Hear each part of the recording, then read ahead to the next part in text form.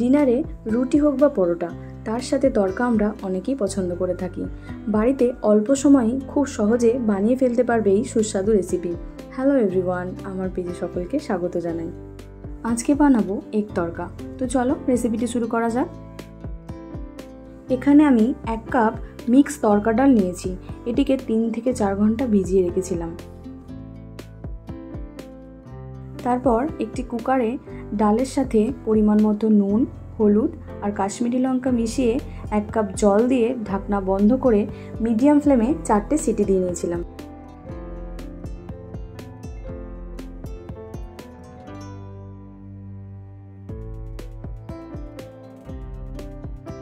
এবার এদিকে একটি কড়াইতে পরিমাণ মতো তেল দিয়ে তাতে গোটা গরম মশলা, জিরে, শুকনো লঙ্কার ফোড়ন দিয়েছিলাম।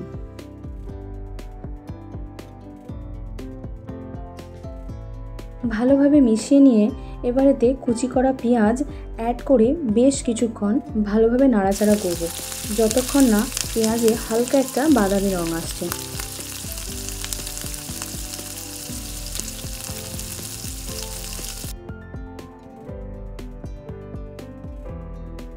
এবার এতে ছোট করে কেটে রাখা 2টো টমেটো অ্যাড করব। টমেটো যাতে তাড়াতাড়ি সফট হয় এজন্য 1 চামচ নুন অ্যাড করেছি।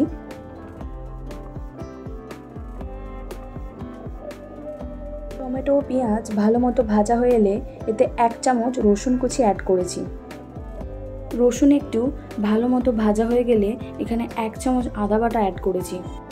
তোমরা এখানে আদা বাটার পরিবর্তে 1 চামচ আদা কুচিও অ্যাড করতে পারো। সব কিছু ভালো মতো মিশিয়ে নিয়ে এখানে হলুদ গুঁড়ো, লঙ্কা গুঁড়ো, জিরে গুঁড়ো আর ধনে গুঁড়ো অ্যাড করে সামান্য জল দিয়ে মশলাটা ভালোভাবে কষিয়ে নিয়েছি, যতক্ষণ না মশলা থেকে ভালোভাবে তেল ছেড়ে আসছে।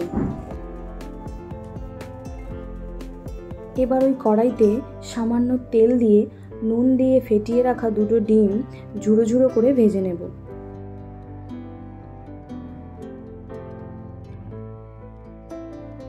ডিম ভালোভাবে ভাজা হয়ে এলে মশলার সাথে ভালো করে মিশিয়ে কিছুক্ষণ কষতে থাকবো। এদিকে দেখো ডাল খুব ভালোভাবে সিদ্ধ হয়ে গেছে। খেয়াল রাখবে ডাল যেন খুব বেশি না গলে যায়।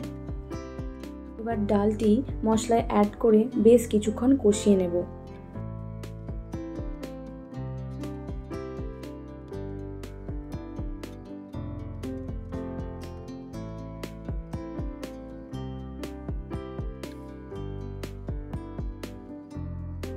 এখানে আমি 1 চামচ চিনি অ্যাড করেছিলাম।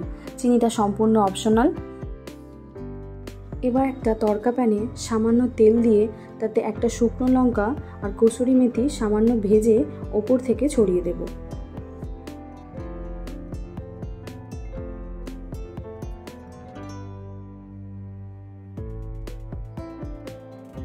শেষে 1 চামচ তড়কা মশলা ছড়িয়ে নিলেই রেডি গরম রুটির সাথে পরিবেশন করার উপযুক্ত এই পদ। তো রেসিপিটি কেমন লাগলো আমাকে অবশ্যই কমেন্টে জানিও। ভালো লাগলে একটা লাইক করে দিও আর আমার পেজটাকে ফলো করে নিও। আজকের জন্য এইটুকুই। টাটা।